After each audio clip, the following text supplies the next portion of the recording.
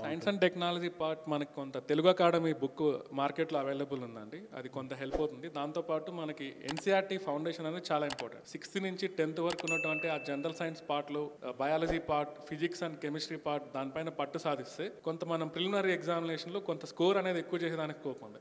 అదే ఫౌండేషన్ మనకి కొంతవరకు మెయిన్స్లో కూడా మనకి యూజ్ అవుతుంది. ఆ టెర్మినాలజీ అనేది ఎవరైతే ఇలా నాన్ సైన్స్ బ్యాక్గ్రౌండ్ వాళ్ళు ఎవరైతే ఉంటారో వాళ్ళు ఎప్పుడు చిన్నప్పుడు వదిలేసింటారు కాబట్టి అదంతా కొంత ఆ టర్మ్స్ పైన అవగాహన ఏర్పరచుకునే దానికి ఎన్సీఆర్టీ బుక్స్ చదివితే మాత్రం ఖచ్చితంగా వాళ్ళకి మెయిన్స్ పరంగా యూజ్ అవుతుంది క్లియర్లీ. అదే విధంగా తెలుగు అకాడమీ అనేది మార్కెట్లో ఉంది. అది కూడా అందులో ఉన్నటువంటి కోర్ కాన్సెప్ట్స్ అనేది మనకి మెయిన్స్ ప్రిపరేషన్ గా హెల్ప్ అవుతుంది. అదే విధంగా మనకి మెయిన్ స్పేస్ అనుకోండి, డిఫెన్స్ అనుకోండి, ఎనర్జీ సెక్టర్ అనుకోండి, వీటికి సంబంధించి ప్రత్యేకంగా మనకి గవర్నమెంట్ వెబ్సైట్స్ ఉంటాయి క్లియర్ గా. మనకి ఆ వెబ్సైట్స్ నుంచి కొంతవరకు మనం సమాచారం సేకరించుకోవాలి. సో ఫర్ ఎగ్జాంపుల్ స్పేస్ టెక్నాలజీకి సంబంధించి ఏదన్నా ఉపగ్రహం లాంచ్ అయింది అనుకోండి మధ్యకాలంలో, దానికి సంబంధించిన ఇన్ఫర్మేషన్ డైరెక్ట్ ఇస్రోలోకి వెళ్తే మనకి అందులో ఉన్నటువంటి డేటా మనకు కొంత మెయిన్స్ లో రాసేదానికి ఆస్కారం ఉంది. మన ఈ మధ్య కాలంలో గగన్యాన్ మిషన్ పైన ఫ్యూచర్ లో ఒకవేళ గగన్యాన్ గనక సక్సెస్ అవుతే మన భారతదేశానికి వచ్చేటువంటి లాభం ఏంటనేది మన మెయిన్స్ లో క్వశ్చన్ అడిగారు. అది డైరెక్ట్ గా ఇస్రో వెబ్సైట్ లో దాని గురించి ఒక 10 పాయింట్ రాసి ఉంటారు. కాబట్టి మనకి గవర్నమెంట్ వెబ్సైట్స్ అనేది రిఫరెన్స్ కిందకి మనం తీసుకోవాలి.